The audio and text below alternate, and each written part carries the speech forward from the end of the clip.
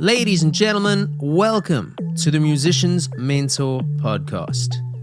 As usual, I'm your host, Travis Mark, and today I'm stoked to have LA-based drummer Neal Daniels on the show. Neal has done an array of gigs, including performances with Liz Phair, LP, Booker T, Rachel Platt, and Post Malone, Dua Lipa. Plus, he recently got himself the Matchbox 20 gig, and they are about to embark on an Australian tour, so I figured it would be cool to put this out the week before that starts. I'm not going to ramble on too much, but as usual, if you're enjoying these, please do me a favor, leave us a rating or review or a share. It all helps us tremendously as we continue to grow. But for now, ladies and gentlemen, the one, the only, Neal Daniels. Okay.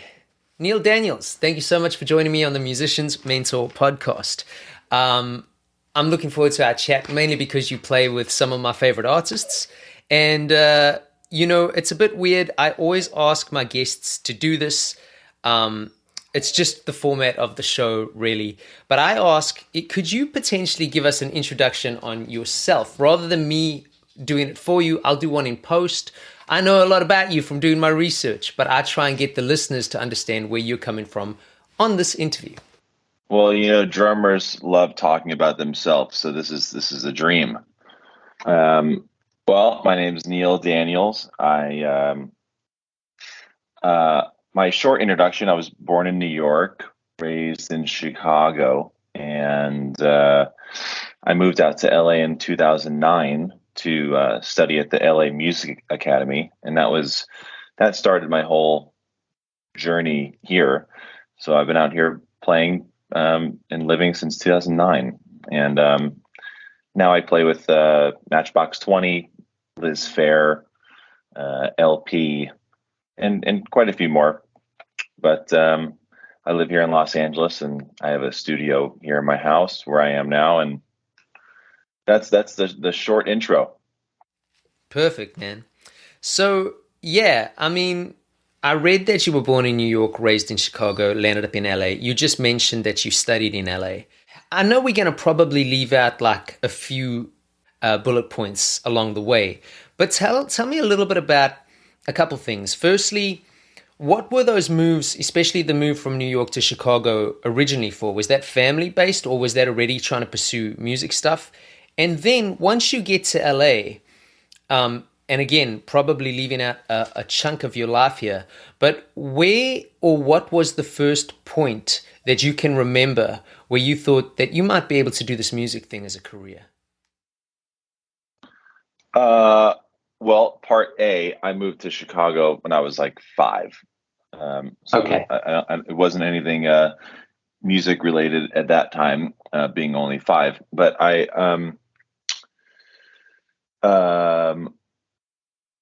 when I moved to LA, all my friends at that time went to school in Chicago after high school. They went to Columbia or DePaul, and I wanted to go to music school as well. But I didn't have really a connection in Chicago anymore.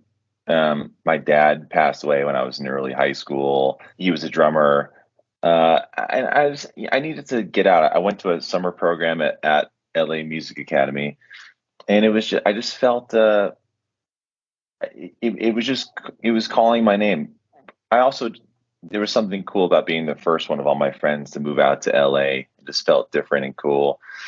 But Chicago was it was a safe bet because all my friends were there and I had family there, and but I don't know. I just wanted to move out and give that a go. And I think there wasn't really a point of like me knowing that I could do this for a living. It was like I didn't really have a choice. I never had a backup plan, or I never felt like I had the option to do anything else. So it was always just, that's what I'm doing from day one. Even like in early high school, I was just always a drummer. There are instances along the way where like cool things happened where it gave me more of I started making some money, and those situations are cool because you can kind of see yourself being a full-time player. But it was just the whole move in general was just like, I'm going to move to LA. I'm doing this. And I don't know if there was a specific moment of me realizing that this was my living. Yeah. Were you playing in bands and stuff already? Once you got out there, did you try start bands? Did you just join bands? Or did you kind of have your eye on I'm going to be like a working sort of hired gun sideman kind of guy? Where in LA? In LA, especially once you kind of finished studying. Although I'm sure you started this journey while you were studying, because I'm imagining you networking and stuff with other musicians at your institution. Yeah, I mean, when I was at school, I was of course practicing a lot. I was definitely one of those 6 or 8 hours a day drummers, practicing. Yeah. But a lot of my drummer friends there were still living in Pasadena throughout all the school. And it was only a 2-year program. But I was already living in Altadena, then I moved to North Hollywood, and I was always gigging and going out. I didn't have a car or a drum set. So I would, I would rent a car. I mean, true story. I would go on Craigslist and find gigs for free. I would borrow a friend's drum set, and I would rent a car for the free gig. So by the time I would drop the car off and play the gig, I would be, owing money. Yeah, yeah. And I did that forever. And through doing that, I landed my first big gig with a singer named Darren Criss, who went on to be on the show Glee, but that all came from playing a free gig on Craigslist. Yeah. But while I was doing that, a lot of friends of mine were just, not doing that. They weren't going out. They were just doing, being in school. I was trying to think ahead, like, we are graduating soon, and I don't want to live in Pasadena forever. And I felt like by the time I graduated, I had, a pretty good, a good crew around me that weren't affiliated with the music school. And I never wanted to be in a band, really, ever. I never wanted to start my own band or, too much responsibility. I just wanted to be a side guy. So, right after school, I started touring in vans. I was, 19 or 20 years old, sleeping in the van, on the floor of the van. I mean, I didn't tour in a bus until maybe 2016. Yeah. So it was like a solid 6 or 7 years of like really touring in awful situations, which was great. I wouldn't change it because when you finally get in like a nice situation and you're at the front of the plane and you're on buses, and you definitely don't take it for granted. Coming from sleeping on the floors of vans. Yeah, and definitely learn some people skills sleeping on the floors in vans, Yeah, you definitely at least learn about yourself and how much punishing you can take on your body. I mean, it was all great. But yeah, to fully answer your question, I was just doing whatever I could, and I really wasn't worried about money or anything. I had no money. I should have been worried, but I think because I wasn't so money driven at that time, I met a lot of people. Yeah. That I'm still friends with, and now we're all, working on bigger things today. That's cool. So I think, just saying yes to everything was a big part of the journey for sure. That's amazing, man. Let's jump forward. Matchbox 20. The last time I spoke to the dudes in Matchbox 20, Stacy was playing for them because Paul had just moved to the front. So tell me how the Matchbox 20 situation came about for you. And, to sort of segue from that question, do you find it intimidating at all holding down a drum position in a band like that when you've got Paul, who's a pretty great drummer, still within the band?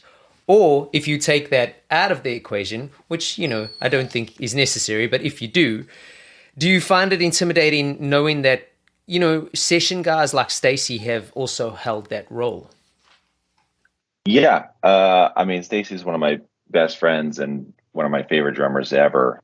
Yeah, it's intimidating to be in kind of like a Foo Fighter Dave Grohl situation where the drummer is already in the band. But you just, if you're really prepared and just play the parts as they're supposed to be played, your nerves kind of go away because you're prepared. It's the same as any other gig. It's a very new venture for me. We're leaving for my first tour with them will be in February in Australia and New Zealand. Cool. It's just a classic case of, like when they say luck is when preparation meets opportunity. I mean, that's very true. Just being there and being a person that people want to hang out with and getting lucky and getting a shot to play. I mean, there's so many things that come into, making that happen. Yeah.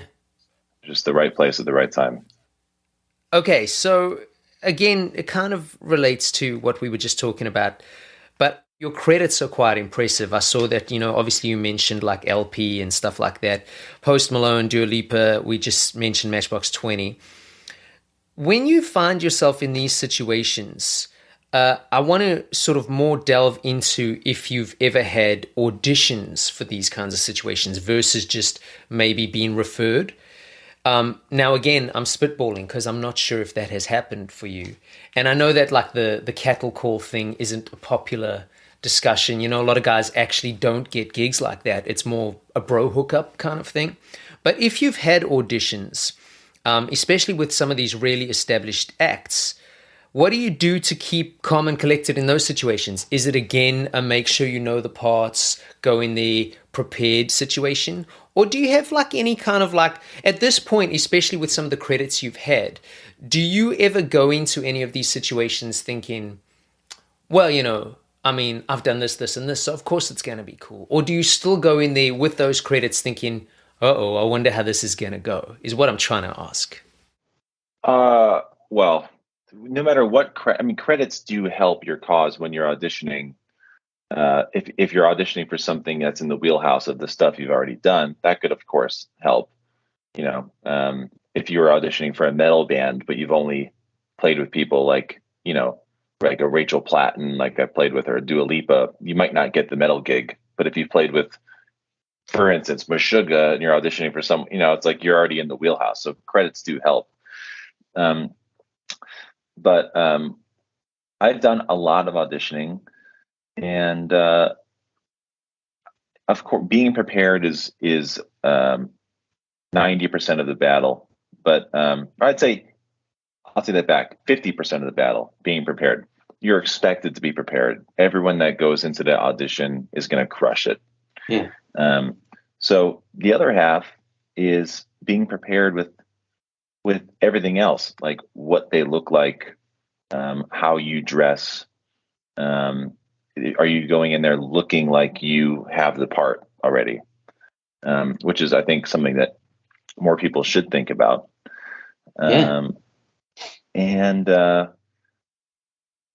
Auditioning is nerve-wracking, but if you're really prepared and you look like you're supposed to be there, all your nerves should go away because you feel like you're supposed to, that you're meant to be there.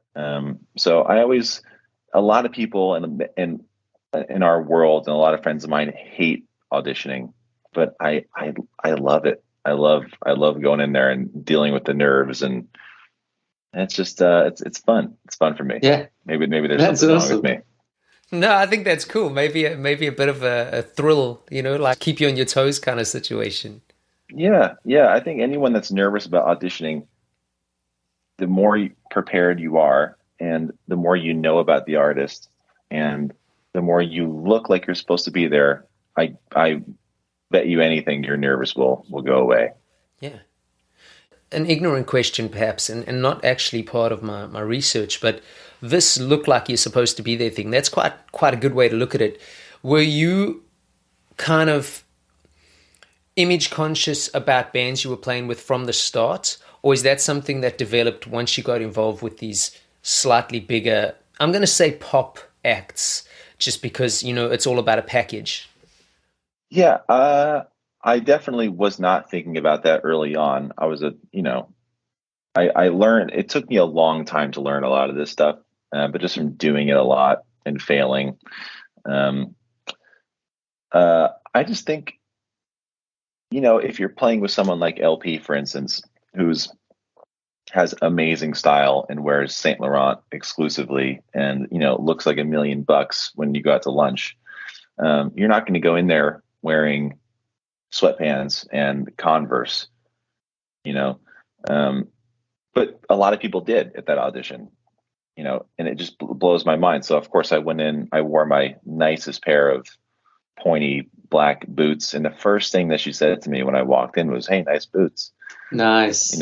It's just little things like that that maybe, well, again, everyone's going to play great.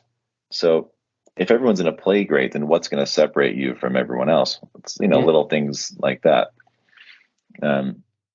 So I don't know. I definitely didn't think about that for a long time, but I have no choice to make this happen for myself. So, I'm definitely very conscious of all that stuff now.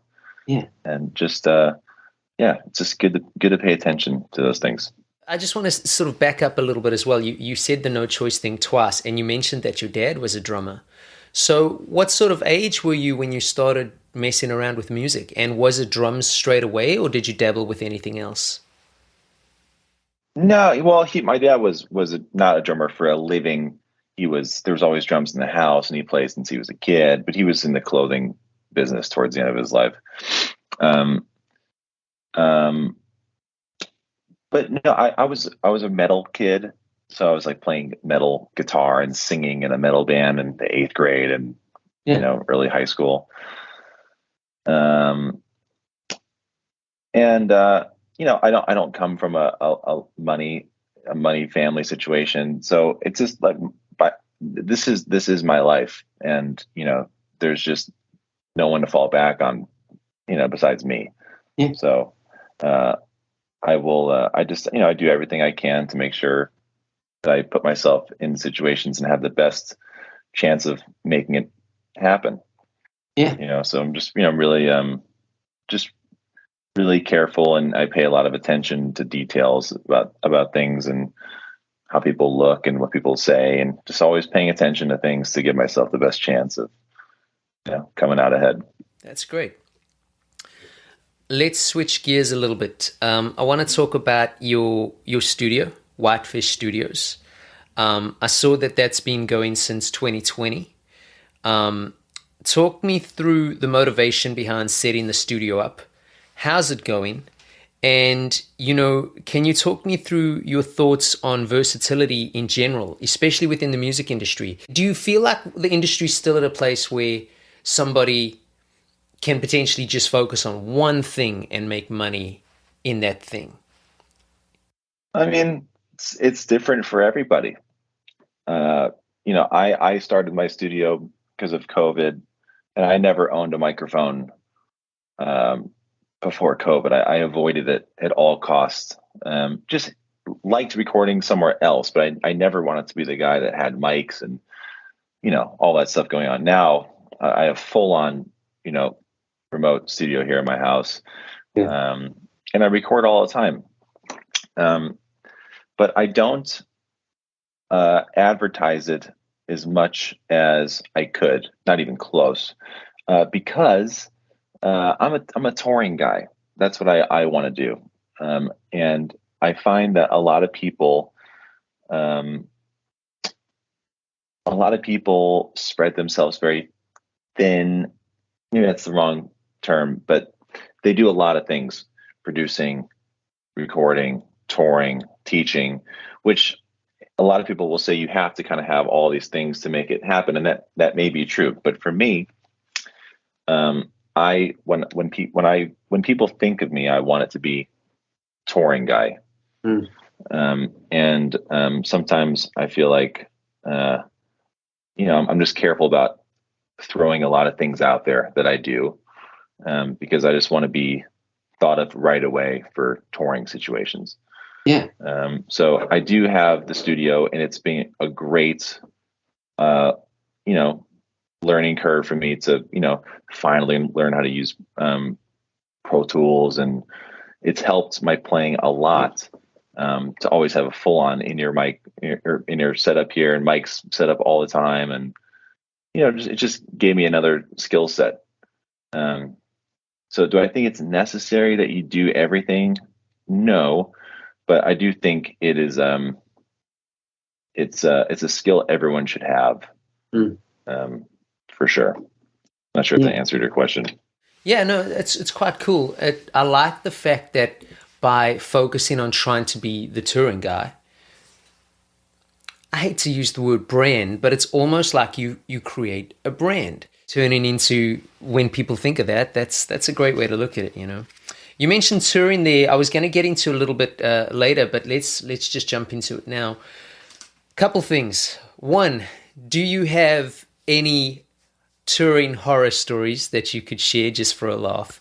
And two, on the other side of that, I always ask people what a few of your stay sane on the road tips may be. And what I mean by that, I don't mean it in a condescending, make sure you do this and make sure you get enough sleep, all that kind of stuff. Just, I know a lot of guys who tour, and I myself have done many tours, and there's always a point, at least it seems for some people, that, okay, I need a few days off, or I don't want to be in this van with these guys anymore, or whatever the case may be. So what do you do personally to relax your mind a little so that you can be the best Neal Daniels you can be?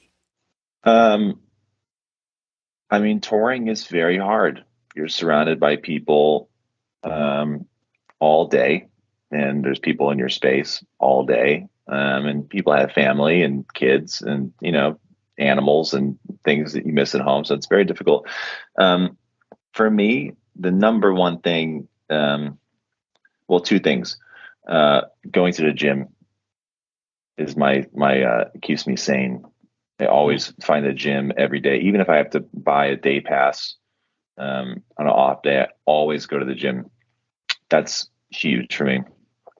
And two, I'm just a big coffee and food guy. So I love going to fine dining restaurants alone and sitting at the bar and ordering a nice meal for myself. That gives me something to look forward to, and I like posting about it, and just, that's like my tour life. Yeah. But just keeping really healthy, and going for walks, and just taking time for yourself is really important. So it's tough. A lot of people can't do it. It's a weird life, Yeah. And also what people don't realize is that the stage time is only an hour and a half. So you have 23 hours a day to, keep yourself sane. And that's it's a lot of hours over a 4-month summer tour. Oh yeah, completely. So that's that part. The horror stories, I don't know. I think about this all the time. I don't think I have a bad memory. Not many horror stories. I don't really put myself in many horror stories or horror story situations. I don't know. We've been in countries with LP where, we've had to, be evacuated. Like we were in Quito, Ecuador, when there was some stuff going down and some riots going on, and we had to be evacuated. And I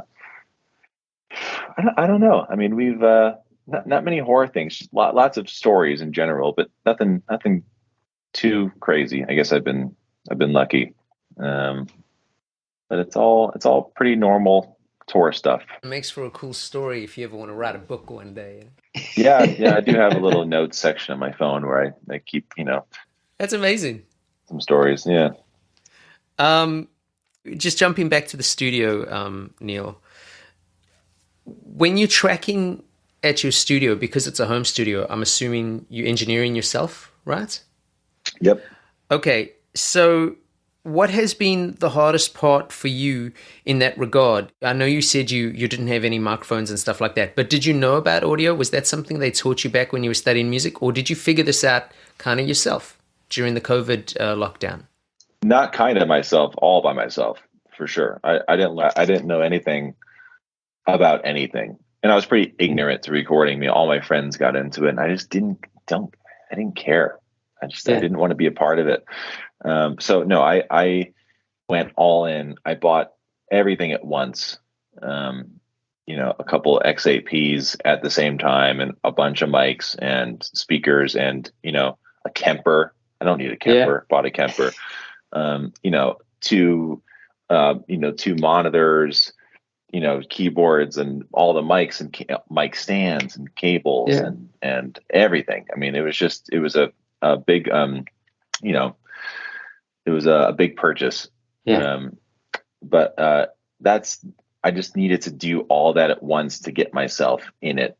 It's like how my brain works. It's probably not a good thing. But I just bought everything at once and taught myself everything. I mean, it was over COVID, so I wasn't doing anything anyway. And I have a million friends that record for a living, or at least a lot more than I do or did. And, I owe a lot of that to my friends, just asking them a million questions and, dialing in some like Pro Tools templates for me. And, but just sat and learned. I had a lot of time, and it's great. And now I know, and that's awesome. But I don't really love just being alone working on my kick out sound for 2 hours. It's not really my, I'm not really like a micro mover, moving mics here and there. I just, it's great to have, but it's not my music passion. It's also hard when you're doing it yourself because, the logistics of being behind a drum kit. I'm not sure about that kick. Hitting record, trying it, listening back. I'm not sure. Stop and record, move the microphone, come back, hitting a try. It's like, it's a process, so I get it, man. Well, what I do, I set it up, or my room is set up so where I really don't have to get up a lot. I have my interfaces right by me, and I have like an aux screen. I don't know if you could see, but basically drums are here. Oh yeah, I can see drums. And then here I have my other screen. Okay, I see. Yeah. So I basically edit and record from here, and then I come over here, and this is my editing. Cool. So it's like everything's kind of right there, and I don't have to move around a whole bunch to fiddle with things. But it's been great to have. And another thing, like when musical directors send you samples, for an SPD, or they send you stems to go over things, learning Pro Tools now, I know how to chop things up and export things properly, and I don't have to rely on someone else to do that anymore, which is huge. And small things like that have been are a big help. So I'm more valuable than I think learning how to record drums specifically. It's the things that come with the studio that are good skills to have. I don't often talk to people about this, but I figured you'd be a good candidate. I want to talk about endorsements. I see you with several rather large companies, Gretsch, Pasty, Remo, a whole bunch. For listeners interested, could you potentially talk me through how you personally build relationships with the people at these companies, the A&R people? And, can you tell us why endorsements aren't a give me free stuff type deal that a lot of people seem to believe they are? Endorsements, I used to care a lot more, and I think people care too much. Endorsements are great for specific things, but the relationships are built just by. They should just be built by, like any other relationship you have, naturally, slowly. It doesn't have to be like an email and then all of a sudden you're an endorser and you get stuff. It's just they're all the people I deal with in all these companies are friends of mine that I've just known. Some people I've gotten introduced to through this person or this person, but it's all just has come from being friends first and playing the gear for years. I mean, I've been playing Gretsch forever, for 20 years. And I've never played any other head besides Remo. I've always played. My dad played Vic Firth. I've always played Vic Firth. I'm with Peisty now, but I was with Zildjian forever. And my dad played Zildjian. It's just, these are companies that I've grown up with. So it's not like I'm phoning it in with these relationships. These are like actual, I play these instruments. I would say, I think people don't know what an endorsement is for, really. Endorsements really come in handy when, you're playing in some place A and I need a Gretsch kit. I can't bring my own Gretsch kit, and, Gretsch can supply a drum set in North Carolina tomorrow. And depending on your endorsement level, can take care of the fee, which could cost an artist, $400 for the day. And you just, and the artist will just pay the cartage fee. I mean, that's when endorsements really help. Or they can supply cymbals or drums for you for a tour. Or when you're going overseas, they can supply cymbals in Albania or wherever, if they have connections there. So when you're traveling a lot, endorsements really help. But, one mistake I see people do is to just reach out to all the companies before they have a gig. Yeah. Which I'm guilty of too. But sometimes that can kind of ruin your shot. My advice to people would just be to be patient and just wait until you have stuff coming up, like, something with TV or a big tour, where you have something to talk about and offer them. I remember reaching out to companies when I had a church gig, and thinking that I was worthy of, having endorsements. Very a bold move, I must say. Yeah. There's no rush, and you have a better chance of you can get an endorsement by not doing a lot of stuff musically, but it might be a lower endorsement. So it's just better to wait, be friends first, create a relationship. And then when it's time and you already have a friendship with these people, by the time you have an endorsement, you might have a higher endorsement in that tier, just because you waited and you were patient and you created the relationship first. Yeah. That's a long-winded answer. Sorry. No, it's great. What I've seen over the years, and I'm stereotyping, I think a lot of players, and I'm not just talking about drummers here, but drummers definitely seem to go on this endorsement train. And a few of them seem to think, at least guys that I've met, that if they suddenly get all these endorsements in place, they're going to get a good gig.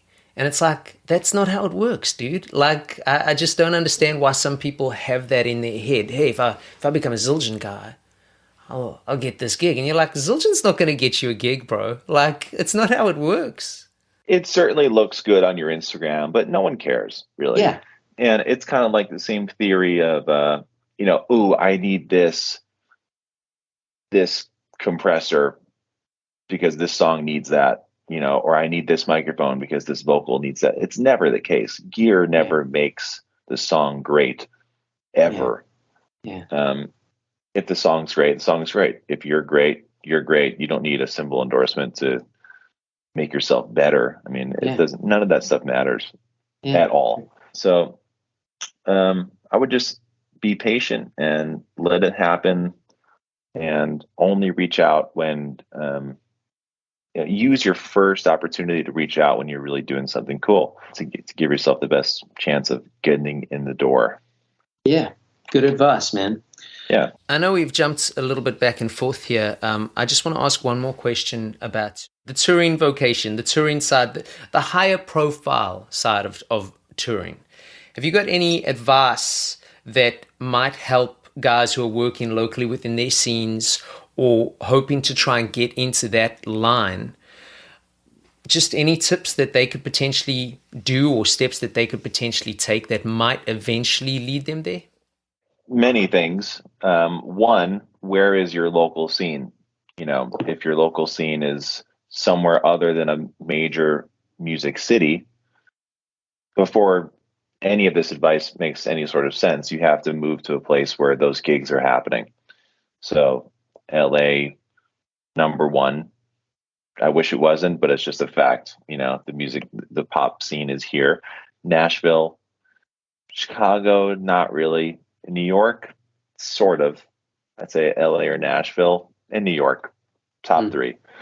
And if you are in one of those cities and you're trying to get on a bigger touring tier with bigger artists, the only thing that you have to do is network and hang with the people that are already doing those gigs. That's it. And statistically, the more people you know, the more work you'll get. So I think people really overcomplicate it, but I think it's just having a lot of friends and not being friends with someone for a purpose. Just being a cool dude that people want to hang out with.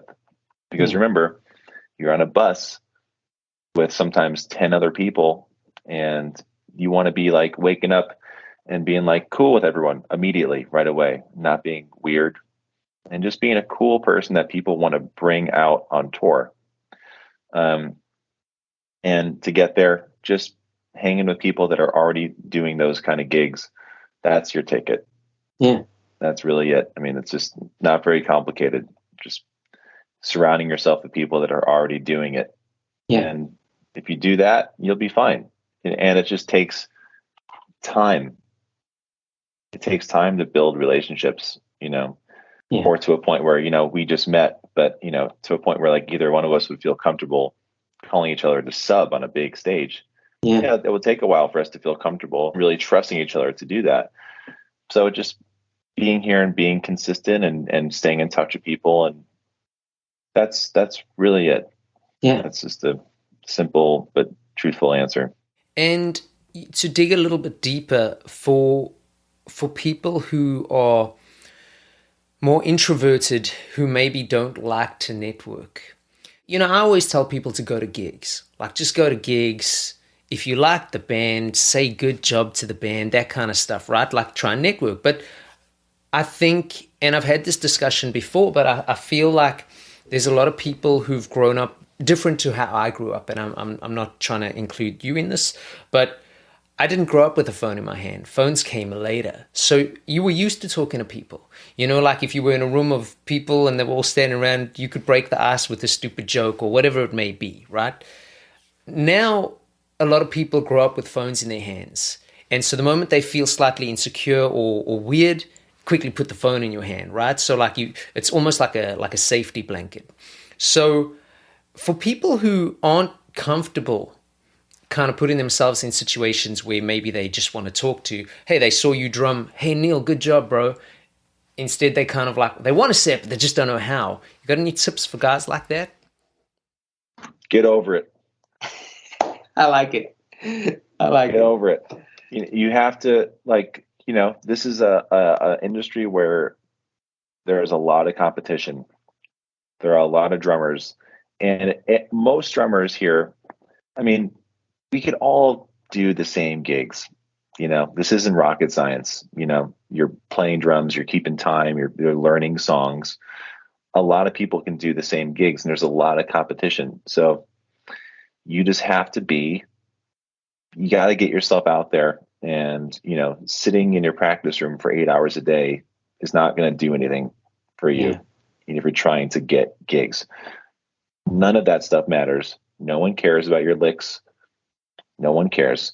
It's just people need to know who you are, and no one's going to know who you are by sitting and practicing all day. Yeah. If you're at a certain age where you're trying to get gigs, of course, when you're like in school and you're younger, that's what you should be doing. You should be shedding and like learning everything, which you did and what I did. But if you're complaining that you don't have a lot of gigs and you don't have, if your finances are running low and you're, getting down because you're not touring, but you're not going out and no one's hitting you up to hang out, I mean, that's a problem. And you have to go out and meet people and surround yourself with people that are doing those gigs. So if you have social anxiety, then start with small groups, or, message people on Instagram use your phone to your advantage. Message people to go out for coffee, or can I buy you a beer? Or can I buy you lunch? Or, and then do a one-on-one thing. That's easier for you to like not be in a situation where there's a million people. It's intimidating and overwhelming. So maybe you're better in one-on-one situations, or go on a double date. There are a million ways. But if you did that, you should be going out every day and meeting people. I mean, it's just the only way. It's the only way I know. Yeah. And it works. Yeah. It works. So yeah, I would try to get over that social anxiety. And I know it's hard, and COVID definitely didn't help. But you have to get out there and just shake hands. Yeah. Have to. Neal, what has been the hardest part about being a musician for you? The hardest part. I mean, how much time do we have? I mean, it's all hard. As much as you like. No, it's great. I mean, it's the hardest part is one of the hardest parts, not having a consistent income. A lot of times relying on your phone to ring to get work. That's hard. Being away from your family. I have a wife here and a dog as well, and it's hard to be away for a long time. That's difficult. Sometimes not playing the music that you love, but having to put on a face happens all the time. That's hard. Staying in shape, that's hard. A million things. But all that is, it's in balance with, being able to tour and play for a living. I mean, so it's all a balance. But I don't know. I mean, overall, I think it's as hard as you want to make it. So, this is all I want to do. And,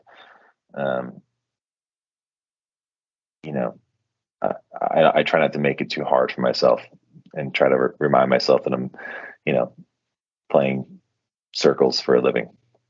Yeah. Yeah. So amazing. Yeah. I have one last question for you, sir. Okay, go ahead. This is the one that sometimes people feel is a little bit loaded, and I'm not trying to make it that way. I'm just, again, trying to, for up and coming musicians, potentially get different perspectives, So, what do you feel has been the best piece of advice you've either received or something you've learned along the way in relation to your music career?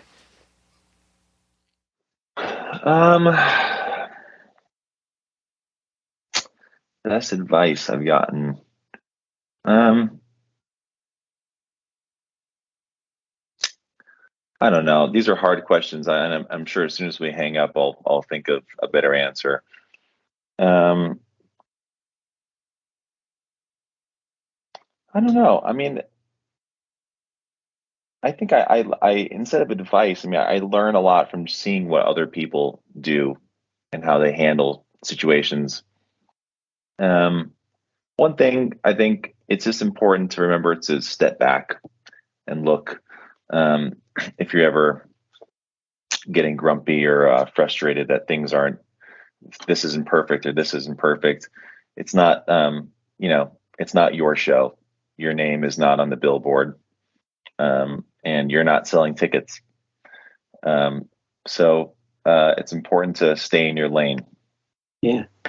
And just play the drums or whatever you're playing. Your job is not to be best friends with everyone. Your job is not to be the shining star of the show. Your job is to play the songs and get paid and go to bed. And I see a lot of people not doing that and not working out for them, or just thinking that they're, you don't need to be buddy with the artist all the time. I think just best advice, staying in your lane and doing your job and not trying to, do someone else's or that makes sense. Perfect sense. It's actually, I love advice like that, because without trying to sound patronizing, It's simple, but it's excellent. Because if people just did it, you know, I mean, come on, you've been in bands your whole life, it sounds like. You know, I've been in bands my whole life. I know enough guys who overcomplicate things and just make their lives hell. Or make people within that group kind of be like, oh man, this dude. You know, and so like sometimes just knowing your role is a good thing, man. Yeah, that and part B is just you want to be the person that people miss when they go out to dinner. That's great too. Yeah. You want to be the person that people just want around all the time. And if you can figure out how to be that person, you will work. Yeah. You just want to be the funny, cool dude or girl or whoever that just wants to, that people just want to be around and have hanging. Sometimes, and this is true, if the person's not the best for the gig musically, but they're just like, they're available and they're just the best and the coolest person, they will get that gig. That's the truth. Yeah. And so all those hours in the practice room, if you're don't have the best personality or you're very negative or you just don't bring a great vibe, I would try to fix that, because the person that people want around will always get that opportunity. Great advice, man. Yeah. All right. Neal Daniels, thank you so much for joining me on the Musicians Mentor podcast. This was great. I can't thank you enough for your time. And I hope to see you out on the road sometime, man. Yeah, my pleasure. Thank you. Peace. See ya. Alrighty, there we have it. Another episode done and dusted. I know I say it in every outro, but please, ladies and gentlemen, leave us a rating or review. It really helps. I'd like to say thank you to Neal for his time. Please check him out at nealdaniels.com. Also, make sure you check out his studio at Whitefish Studios. Don't forget, we're on TikTok now. You can follow us at Musicians Mentor. It's a new venture. We're trying to put little video clips up of these interviews. We'll see what happens. But for now, that's it. I will see you in a couple of weeks. Peace.